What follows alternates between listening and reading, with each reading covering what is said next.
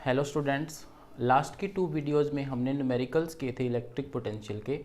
तो उम्मीद है आपने वो सारे ट्राई किए होंगे, ठीक है ना, वो समझ भी आ गए होंगे आपको।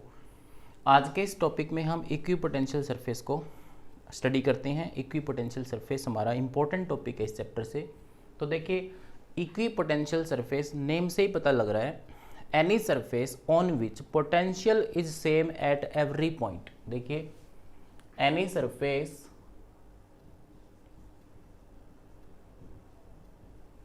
on which potential is same at every point। मतलब ऐसा सरफेस जहां पे पोटेंशियल की वैल्यू हर जगह पे क्या हो, एक जैसी हो, सेम हो, कांस्टेंट रहे, तो उसे हम क्या बोलते हैं, इक्विपोटेंशियल सरफेस। ठीक है, हम कुछ इक्विपोटेंशियल सरफेसेस के बारे में स्टडी कर लेते हैं। इक्विपोटेंशियल सरफेसेस, ठीक है। तो सबसे फर्स्ट आता है इसमें equipotential surface of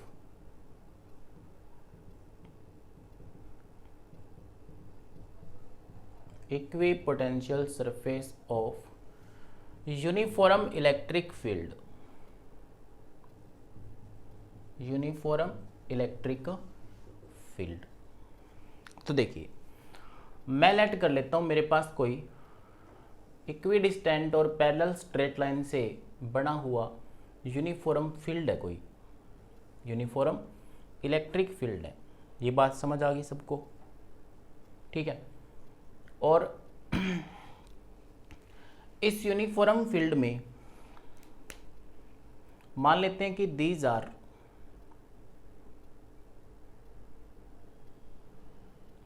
are two plane surfaces.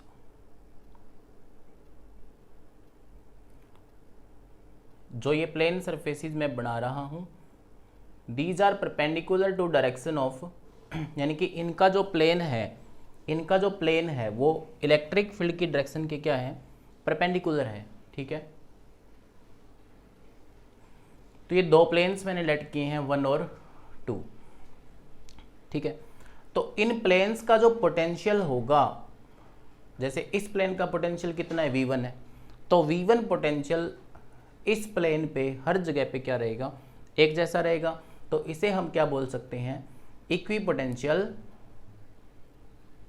Surface बोल सकते हैं। ये बात समझ आ गई। इसी तरह से कोई दूसरा प्लेन मैंने लेट किया, सेकंड प्लेन, उसका पोटेंशियल कितना है, V2, ठीक है ना। तो इस प्लेन पे इलेक्ट्रिक पोटेंशियल की वैल्यू सेम होएगी। ये बात समझ आ गई आपको। तो इन तरह के प्लेन्स को हम क्या बोलते हैं, इक्विपोटेंशियल सरफेस बोलते हैं, ठीक है। अभी हम देख लेते हैं ये था equipotential surface of uniform field, ठीक है। अभी देखिए second,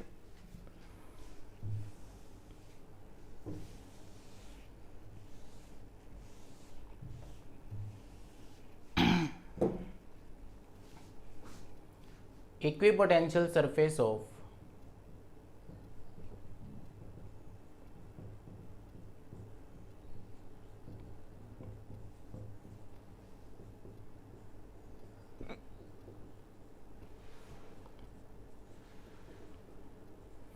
an isolated positive charge.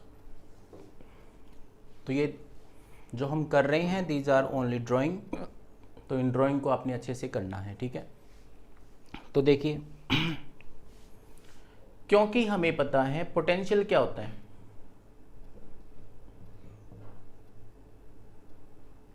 V equal to Q by 4πε0 R होता है, और R यहाँ पे क्या होता है, रेडियस होता है, ठीक है ना। क्योंकि पोटेंशियल कैसे होता है, स्फेरिकली सिमेट्रिक होगा। तो देखिए, अगर R क्या हो, रेडियस ऑफ स्फीयर, R क्या हो, radius of sphere around charge plus Q, अगर प्लस क्यू चार्ज के अराउंड ये कोई स्फीयर हो, then all points on this spherical surface have same potential। इसको मैं ड्रॉ करके दिखाता हूँ आपको। आर रेडियस है उस स्फीयर का, तो जो स्फीयर बनेगा क्यू चार्ज के अराउंड, उस स्फीयर पे हर पॉइंट पे पोटेंशियल की वैल्यू क्या होगी, सेम होएगी। देखिए कैसे होगा ये, मान लेते हैं कोई प्लस क्यू चार्ज है, तो प्लस क्यू चार्ज की वजह से इलेक्ट्रिक फील्ड की डायरेक्शन कहाँ होती है, आउटवर्ड होती है। Electric field line always directed outward. ये बात आपको क्लियर हो रही है। इलेक्ट्रिक फील्ड लाइन कहाँ पे होती है, आउटवर्ड होती है। तो ये मैंने ड्रॉ कर लिया, ठीक है। तो देखिए किसी गिवन वैल्यू ऑफ रेडियस के लिए हम क्या करते हैं, कुछ स्फीयर ड्रॉ करते हैं। जैसे कि ये स्फीयर मैंने ड्रॉ किया गिवन वैल्यू ऑफ रेडियस पे, आर पे। तो गिवन वैल्यू ऑफ आर पे इस स्फीयर के हर पॉइंट पे, एवरी पॉइंट पे पोटेंशियल क्या होगा, सेम होगा। और उसको मैंने कितना रेट कर लिया, V1। इतनी बात क्लियर होगी आपको, क्योंकि इसका जो लोकस है, इसको जो ये जनरेट कर रहा है, जिससे स्फीयर बन रहा है, वहाँ पे हर पॉइंट पे इलेक्ट्रिक फील्ड भी क्या है, सेम है, ठीक है। तो पोटेंशियल भी वहाँ पे क्या होगा, सेम होगा। तो इसे हम क्या बोलेंगे, इक्विपोटेंशियल सरफेस। जैसे कि एक अदर स्फीयर और ड्रॉ कर लेते हैं किसी गिवन वैल्यू ऑफ रेडियस के लिए, मतलब पहले वाले से थोड़ा ज़्यादा रेडियस अगर करके हम एक स्फीयर और ड्रॉ करते हैं। फॉर एग्जांपल इसका रेडियस हम लेट कर लेते हैं, कितना है, R2 लेट कर लेता हूँ, इसका R1 मान लेते हैं पहले वाले का, ठीक है। तो इस R2 रेडियस के स्फीयर पे भी पोटेंशियल की वैल्यू हर जगह पे क्या होगी, एक जैसी होगी, सेम होगी। तो इसलिए इसको भी क्या बोलेंगे, एक इक्विपोटेंशियल सरफेस बोलेंगे। तो ये आपको अच्छे से क्लियर हो गया होगा, ठीक है ना। अभी देखिए थर्ड क्या है,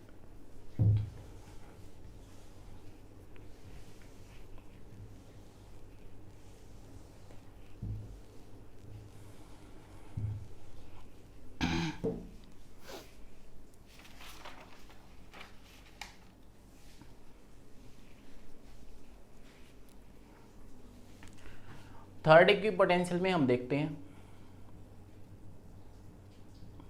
equipotential of two similar charges.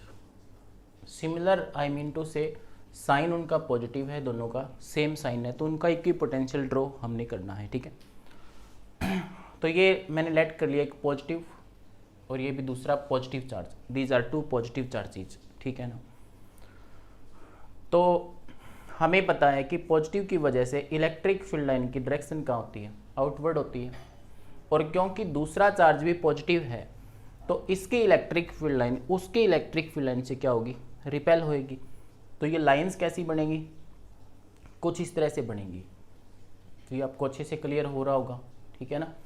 Similarly जो दूसरा पॉजिटिव चार्ज है, उसकी इलेक्ट्रिक फील्ड लाइन भी कुछ इस तरह से बनेगी, ठीक है। क्योंकि एक दूसरे की फील्ड लाइन को क्या कर रहे हैं, रिपेल कर रहे हैं। इतना क्लियर हो गया। तो देखिए इसकी ड्राइंग इंपॉर्टेंट है, थर्ड और फोर्थ जो हम करेंगे डबल चार्जेज वाली, ठीक है ना। अब तुम ये बताओ कि इलेक्ट्रिक फील्ड स्ट्रॉन्ग कहाँ पे है और वीक कहाँ पे है। तो देखिए यहाँ पे तो फील्ड लाइन है ही नहीं, इन दोनों चार्जेज के बीच में फील्ड लाइन है ही नहीं। यानी कि हम बोल सकते हैं कि electric field line in between these two charges is far apart. अगर वो फार अपार्ट है तो वहाँ पे इलेक्ट्रिक फील्ड कैसा हुआ, वीक हुआ ना। अगर इलेक्ट्रिक फील्ड वीक हुआ तो देखिए पोटेंशियल कैसे ड्रॉ करना आपने। नेक्स्ट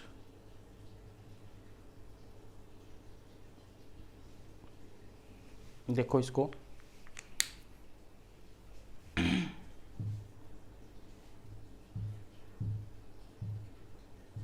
ये ध्यान से बनाना है। ये देखो यहाँ भी गलत हो रहा है ना।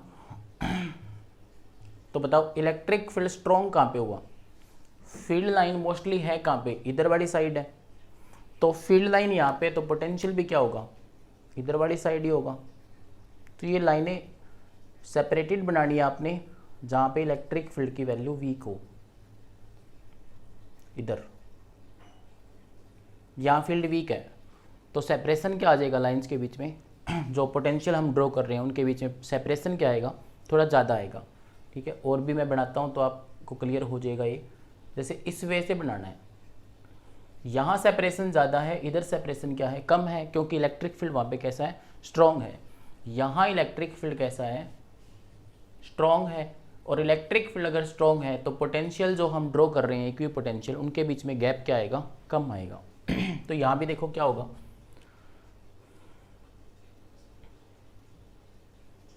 ये इस वे से बनेगी, सेपरेशन यहाँ ज़्यादा होगा और यहाँ सेपरेशन कम होगा, क्योंकि यहाँ पे फील्ड स्ट्रॉन्ग है और इधर फील्ड वीक है। इस वे से आप बना सकते हो इसको। तो ये बात क्लियर हो गई होगी सबको, ठीक है ना। अभी देखिए फोर्थ करते हैं हम, टू अपोजिट चार्ज का इलेक्ट्रिक फील्ड लाइन ड्रॉ करते हैं। टू अपोजिट चार्जेज, तो उसकी कैसे करेंगे वो देख लीजिए आप। मान लेते हैं ये एक प्लस है, ये नेगेटिव चार्ज है, तो हमें पता है कि पॉजिटिव से इलेक्ट्रिक फील्ड लाइन स्टार्ट होके कहाँ पे एंड होती है, नेगेटिव पे। तो पॉजिटिव से स्टार्ट होके नेगेटिव पे इस तरह से ये बनेगा डायग्राम, पॉजिटिव से नेगेटिव। ठीक है, तो एक दो लाइन्स हम ऐसे बाहर निकलती हुई शो कर देते हैं यहाँ पे, और इधर वही लाइन्स अंदर एंटर करती हुई शो कर देते हैं। तो ये इतना तो आपको क्लियर ही है सारा, ठीक है। तो इलेक्ट्रिक फील्ड लाइन कहाँ से कहाँ स्टार्ट होती है, पॉजिटिव से नेगेटिव जाती है। अब देखते हैं इस केस में फील्ड स्ट्रॉन्ग कहाँ पे है। तो इस केस में फील्ड स्ट्रॉन्ग कहाँ पे होगा, चार्जेस के बीच में क्या होगा, फील्ड स्ट्रॉन्ग होगा, क्योंकि यहाँ पे लाइनें क्लोज हैं, और यहाँ पे फील्ड कैसा होगा, वीक होगा। तो देखिए जहाँ फील्ड स्ट्रॉन्ग होता है वहाँ पे हम equi potential surface close draw करते हैं। देखिए तो वहाँ वीक है तो इस तरह चला जाएगा ये, ठीक है। यहाँ सेपरेशन अब ज़्यादा आ रहा है, इधर सेपरेशन क्या है, फील्ड लाइन के पोटेंशियल के बीच में कम है। तो इस तरह से हम ये ड्रॉ कर सकते हैं। यहाँ देखिए सेपरेशन ज़्यादा है, यहाँ सेपरेशन कम है। सिमिलरली सेपरेशन कम है और इधर सेपरेशन क्या हो जाएगा, ज़्यादा हो जाएगा। तो these are the equipotential surfaces for opposite charges. ये हमारा फोर्थ पार्ट था। ये बात समझ आ गई होंगी आपको। ये ड्राइंग करनी आ गई सभी को क्या? अगर ड्राइंग करनी आ गई हो तो फिर आप आगे बढ़े। तो अब कर लेते हैं, इसका मेन टॉपिक है, देखिए properties of equipotential surfaces. Most important topic, properties of equipotential surfaces.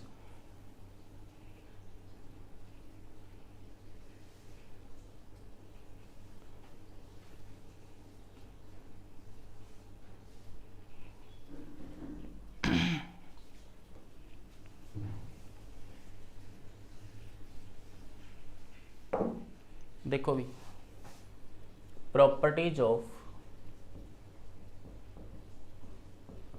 Equipotential surfaces. तो मैं फर्स्ट प्रॉपर्टी करता हूं आपसे डिस्कस। फर्स्ट देखिए, no work is done in moving a test charge from one point to another point on equipotential surface. Equipotential surface पे एक point से दूसरे पॉइंट पे अगर किसी टेस्ट चार्ज को मूव करवाना हो तो हमें किसी भी वर्क डन की रिक्वायरमेंट नहीं होती। तो इसको हम थोड़ा सा ना मैथमेटिकली देख लेते हैं, मैथमेटिकली इजी हो जाएगा। ठीक है, मैंने ये लेट कर लिया कि ये कोई इक्विपोटेंशियल सरफेस है। क्या है ये? This is an equipotential surface, और इस पे कोई दो पॉइंट लेट कर लिए, they are A and B. ठीक है, तो मैं ए पॉइंट से किसी टेस्ट चार्ज को बी पॉइंट तक लेके जाता हूँ इक्विपोटेंशियल सरफेस पे। तो देखो आपको ना मैंने एक वर्क डन का फॉर्मूला बताया हुआ है पोटेंशियल डिफरेंस का, V B minus V A equal to W A B by मी टेस्ट चार्ज। ये बात सभी को क्लियर है ना? और ये क्योंकि इक्विपोटेंशियल सरफेस है इसलिए on equipotential surface, on equipotential surface V A equal to क्या होता है? वी बी होता है। और V A equal to V B, तो जो यहाँ पे पुट करेंगे तो इसलिए work done from A to B equal to कितना आ जाएगा? 0। तो work done from A to B क्या होएगा? 0। तो this is the proof of that property. ये क्लियर है आपको बात की इक्विपोटेंशियल सरफेस पे किसी वर्क डन की रिक्वायरमेंट नहीं होती जब किसी टेस्ट चार्ज को हम मूव करवाते हैं एक पॉइंट से दूसरे पॉइंट पे। ठीक है ना? अभी देख लेते हैं सेकंड प्रॉपर्टी क्या है।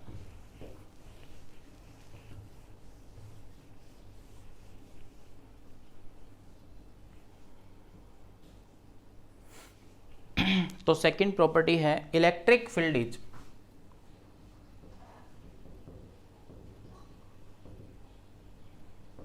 always perpendicular to equipotential surface। Electric field is perpendicular to equipotential surface. तो इसका मैं प्रूफ करवा देता हूं आपको। ठीक है ना, बहुत इजी है क्वेश्चन। तो देखो क्योंकि हमें पता है वर्क डन बाय चार्ज किसके इक्वल होता है? बताओ किसके इक्वल होता है? पोटेंशियल के इक्वल होता है। ठीक है, तो वर्क डन बाय चार्ज को मैं क्या लिख सकता हूँ? देखिए यहाँ पे साइड में देख लेते हैं। पोटेंशियल इक्वल टू क्या होता है? Electric field into displacement. क्योंकि देखो E इक्वल टू क्या होता है? Minus D V by D R. Negative sign को यहाँ से मैंने इग्नोर कर दिया। ठीक है, तो V इक्वल टू क्या होता है? E डॉट डी आर होता है। ठीक है, तो since on equipotential surface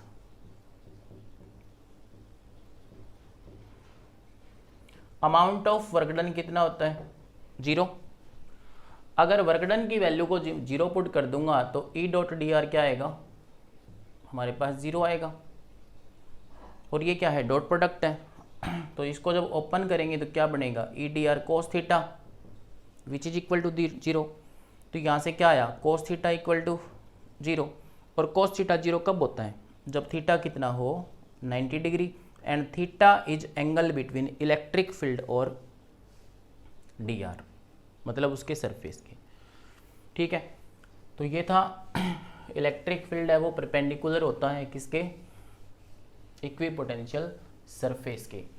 clear हो रही है बात आपको सारों को? अभी ना हम थर्ड प्रॉपर्टी कर रहे हैं इसकी। देखो इक्विपोटेंशियल सरफेस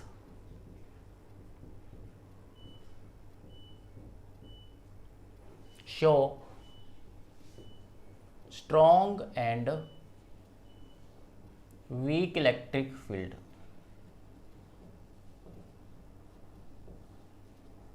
इक्विपोटेंशियल सरफेस जो होते हैं उससे हमें पता लग सकता है कि कहाँ पे इलेक्ट्रिक फील्ड स्ट्रॉन्ग है, कहाँ पे इलेक्ट्रिक फील्ड वीक है। तो देखिए E इक्वल टू क्या होता है? Minus D V by D R. ठीक है, तो यहाँ से बताओ फटाफट डी आर क्या आएगा? D R equal to minus D V by E. अब देखिए for equipotential D V तो क्या रहेगा, सेम ही रहेगा because there is no change in potential. तो डी वी क्या रहेगा, कांस्टेंट रहेगा। अगर ये कांस्टेंट रहेगा तो हम क्या बोल सकते हैं कि D R is inversely proportional to electric field.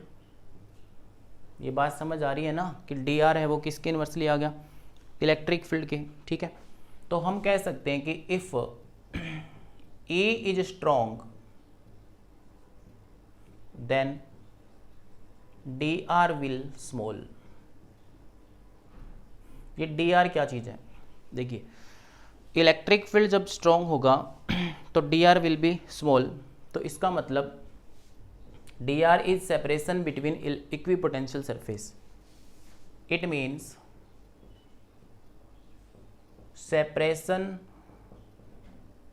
Between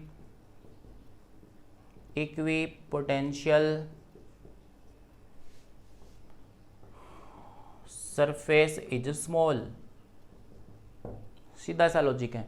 अगर इलेक्ट्रिक फील्ड जिस रीजन का ज़्यादा है वहाँ पे जो इक्विपोटेंशियल सरफेस हम ड्रॉ करेंगे उनके बीच में सेपरेशन क्या आएगा, स्मॉल आएगा। जितना ज़्यादा इलेक्ट्रिक फील्ड उतना स्मॉल सेपरेशन। ये ध्यान रखना है, पोटेंशियल की वैल्यू कम नहीं बोल रहा मैं, सेपरेशन की वैल्यू क्या हो रही है, कम हो रही है। क्योंकि लास्ट में हमने जो भी कुछ डायग्राम्स किए थे इक्विपोटेंशियल के, तो मैंने वहाँ बताया था कि जहाँ पे इलेक्ट्रिक फील्ड की वैल्यू स्ट्रॉन्ग है वहाँ पे सेपरेशन क्या आएगा, सेपरेशन वहाँ पे लाइंस के बीच में कम आता है पोटेंशियल्स के बीच में। ठीक है, देखिए मैं दोबारा से वो चीज़ बताता हूँ आपको। फॉर एग्जांपल ये था पॉजिटिव और पॉजिटिव। तो इस केस में मैंने अभी क्या बताया था कि जो इलेक्ट्रिक फील्ड लाइन होती हैं ये कुछ ऐसे बताया था ना ऐसे। तो इसमें देखो यहाँ पे इलेक्ट्रिक फील्ड क्या है, वीक है। तो इसके कंपैरिजन में यहाँ पे इलेक्ट्रिक फील्ड क्या है, स्ट्रॉन्ग है। तो जहाँ पे इलेक्ट्रिक फील्ड स्ट्रॉन्ग होता है ना वहाँ पे तो ये क्लोजनेस क्या होती है, पोटेंशियल्स की ज़्यादा होती है, मतलब सेपरेशन स्मॉल होता है, इनके बीच में गैप कम होगा। यहाँ गैप क्या होएगा, ज़्यादा, क्योंकि यहाँ पे फील्ड कैसा है, वीक है। थोड़ा बड़ा करके इसको बता देता हूँ कि ये जो इस तरह से सेपरेशन है यहाँ पे इस तरह से लूज होगा, ये ध्यान रखना है। तो यहाँ इलेक्ट्रिक फील्ड क्या है, वीक है, तो सेपरेशन क्या है, ज़्यादा है। यहाँ इलेक्ट्रिक फील्ड क्या है, स्ट्रॉन्ग है, तो सेपरेशन क्या होगा, स्मॉल होगा। ये प्रॉपर्टी आपने अच्छे से ध्यान रखनी है। तो ये तीन प्रॉपर्टी आपको अच्छे से क्लियर हो गई होगी, ठीक है ना। अब देखिए फोर्थ प्रॉपर्टी, लास्ट है ये फोर्थ।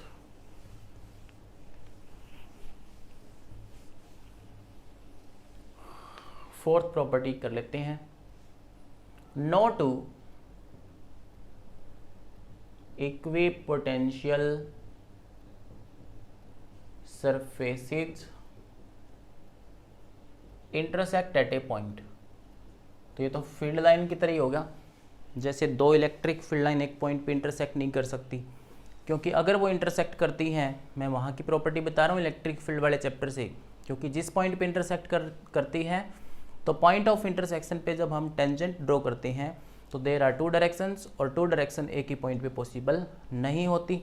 तो उसी तरह से इक्विपोटेंशियल सरफेस होते हैं वो भी एक पॉइंट पे इंटरसेक्ट नहीं करते।